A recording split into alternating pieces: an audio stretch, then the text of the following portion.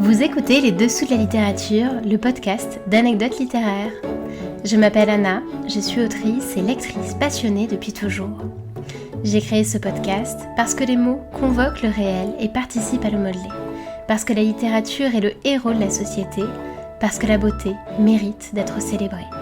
Et c'est pourquoi je vous invite, avec moi, à plonger entre les hémistiches, à vous laisser submerger par le flot des métaphores, à voguer sur les assonances et à venir vous lever au creux des pages en toute sérénité. Bonjour à toutes et à tous et bienvenue dans ce nouvel épisode des Dessous de la littérature. Aujourd'hui, je vous propose de partir sur les traces d'un écrivain aussi romanesque que ses propres romans, un homme qui a passé sa vie à inventer des histoires, y compris sur lui-même. Je pense que vous voyez de qui je parle, n'est-ce pas ? Et oui, aujourd'hui, on va parler de Romain Gary. Romain Gary, c'est un mystère à lui tout seul, une mosaïque d'identités, de personnalités différentes. Il a été diplomate, aviateur, résistant, double lauréat du prix Goncourt, le seul d'ailleurs, scénariste, réalisateur, séducteur et surtout un menteur magnifique. Enfin, je dis surtout, on se comprend, là c'est pour l'anecdote. Il est l'auteur de l'une des plus grandes supercheries littéraires du XXe siècle, désormais bien connue, l'invention d'Émile Ajar, son double imaginaire. Cette supercherie désormais connue, il faut se replacer dans le contexte de l'époque pour en découvrir toute l'audace. Mais aujourd'hui, plus encore que le visage d'Émile Ajar, ce que je vous propose d'évoquer en deuxième partie de l'épisode, c'est surtout la seule personne qu'il avait découverte avant toutes les autres. Car oui, une femme était parvenue à percer Émile Ajar à jour et à découvrir Romain sous le masque d'Émile. Mais avant de revenir sur cette incroyable imposture, remontons le fil de sa vie, car avec Romain Gary, tout est déjà un roman dès le début.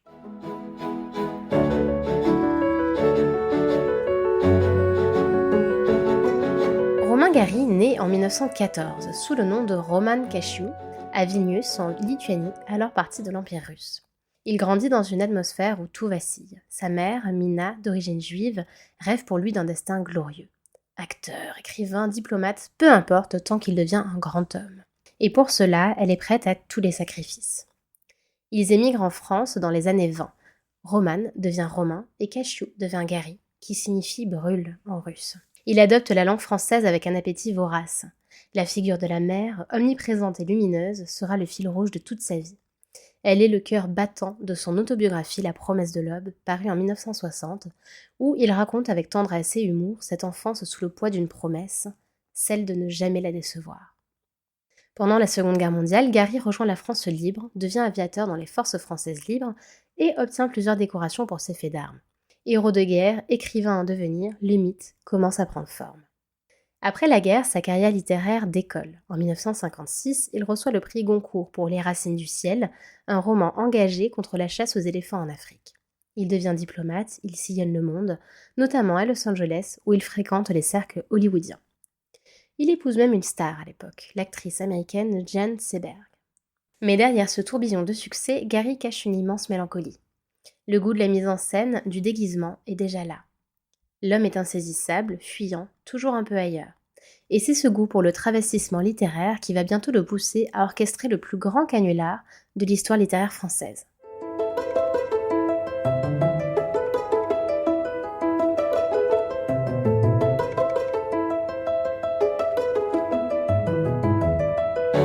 Puisque, dans les années 70, Romain Gary est déjà une figure consacrée.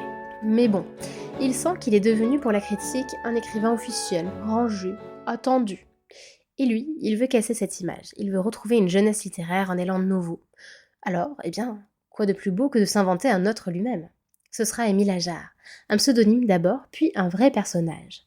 Puisque pour incarner ce double imaginaire, Gary choisit son petit cousin, Paul Pavlovitch, un écrivain raté, un peu paumé mais plutôt bon acteur. Pavlovitch accepte de jouer le rôle d'Ajar dans les dîners, les interviews, les signatures. Et le pari est un succès fou. En 1975, La vie devant soi, signé Ajar, remporte le prix Goncourt. C'est un chef-d'œuvre porté par la voix inoubliable de Momo, petit garçon élevé par une vieille prostituée juive, Madame Rosa. Tout le monde s'émerveille de ce style nouveau, inventif, jeune. Personne, ou presque, ne devine qu'Ajar et Gary ne font qu'un. Personne, sauf une jeune femme, et c'est là qu'entre en jeu mon anecdote du jour.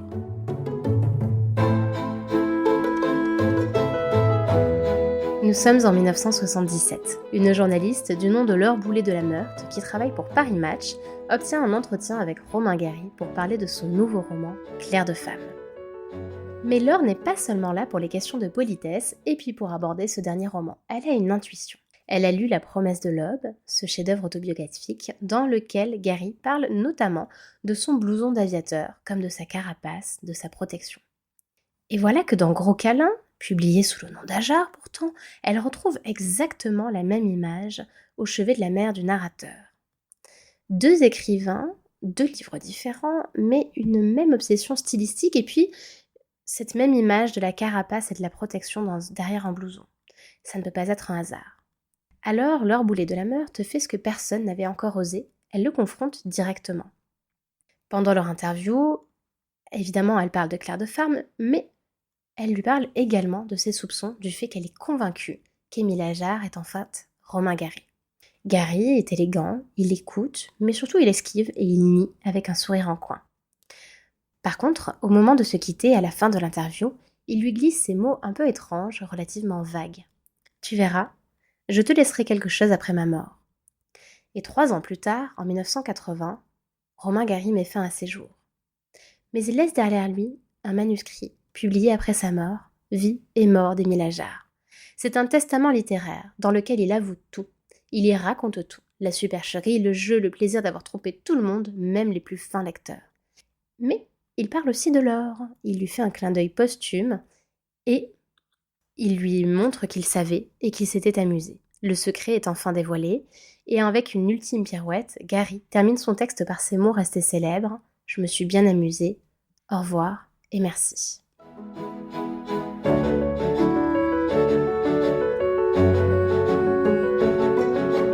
Romain Gary, c'est peut-être ça au fond, un homme qui n'a jamais cessé de jouer, mais qui derrière tous ses masques n'a jamais cessé d'être écrivain.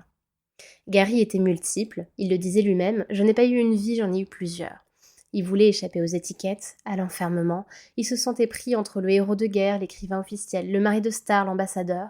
Alors, il a préféré se réinventer perpétuellement, y compris en écrivain débutant sous un faux nom.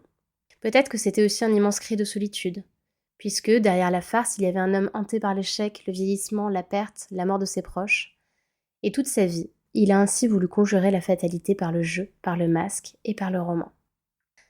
Aujourd'hui encore, Romain Gary fascine et je peux vous en parler en toute connaissance de cause puisque c'est un de mes écrivains préférés. Non seulement pour ses livres, dont beaucoup sont des chefs-d'œuvre d'humour, de poésie et de tendresse, je pense notamment évidemment à La promesse de l'aube, La vie devant soi, ou encore Les enchanteurs.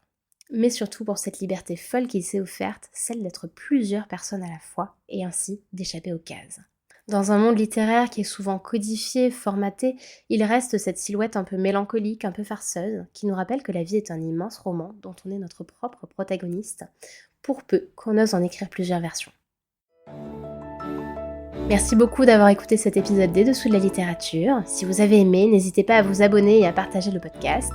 Et en attendant, on se retrouve très vite pour un nouveau voyage au cœur de la littérature. D'ici là, prenez soin de vos rêves et surtout amusez-vous.